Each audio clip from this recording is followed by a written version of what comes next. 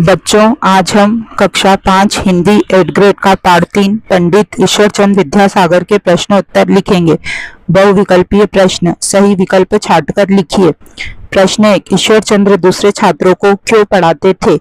इसका सही उत्तर है ए, उन्हें पढ़ाना अच्छा लगता था।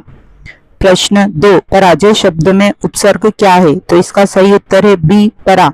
प्रश्न 3, उपसर्ग का सही प्रयोग है? तो इसका सही उत्तर है प्रगति। प्रश्न 4, ईश्वरचंद को विद्वानों की एक सभा ने उपाधि दी। इसका सही उत्तर है डी, विद्यासागर की। प्रश्न 5, निम्नलिखित में से कौन सा शब्द युग्म योजक चिन्ह के साथ लिखा गया है?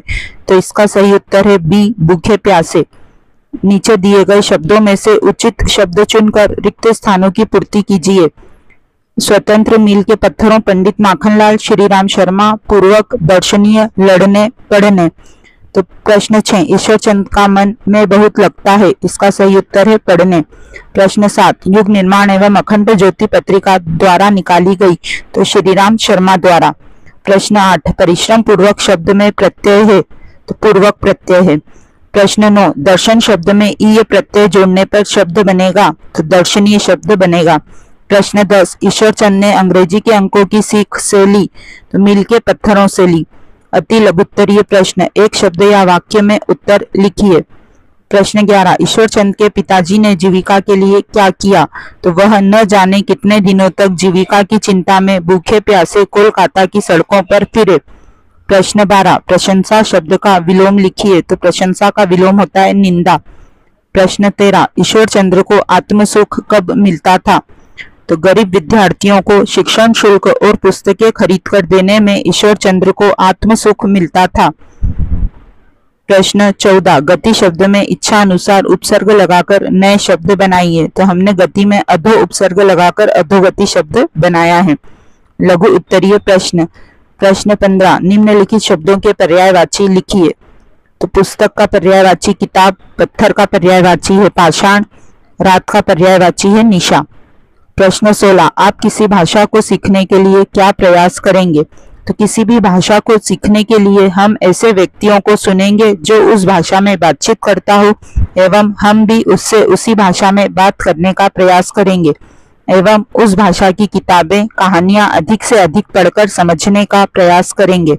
प्रश्न 17, पढ़ाई पूरी होने के बाद जो समय बचता था उसमें ईश्वरचंद विद्यासागर क्या करते थे?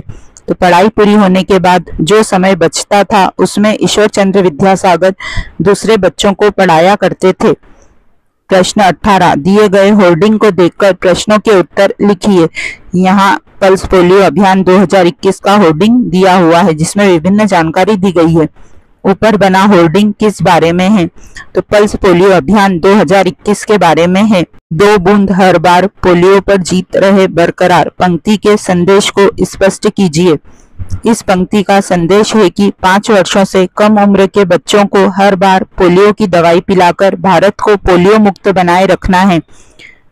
स, पल्स पोलियो के अंतर्गत पोलियो की खुराक किस उम्र के बच्चों को पिलाई जाती है? तो 5 वर्ष से कम उम्र के बच्चों को होर्डिंग के अनुसार पोलियो की खुराक तक पिलाई जाएगी। तो 1 फरवरी 2021 तक। दीर्घ उत्तरीय प्रश्न। प्रश्न 19, गांव में लगने वाले मेले की सूचना नागरिकों को देने के लिए कौन कौन से माध्यमों का उपयोग कर सकते हैं? उनकी सूची बनाइए। तो गांव में लगने वाले मेले की सूचना नागरिकों को देने के लिए निम्न माध्यमों का उपयोग कर सकते हैं। ग्राम चौपाल में जानकारी देकर, होर्डिंग एवं बैनर लगवाकर, टेम्पलेट्स बंटवाकर, समाचार पत्र में इश्तेहार देकर, गांव में डोंडी पिटवाकर, मोबाइल के माध्यम से।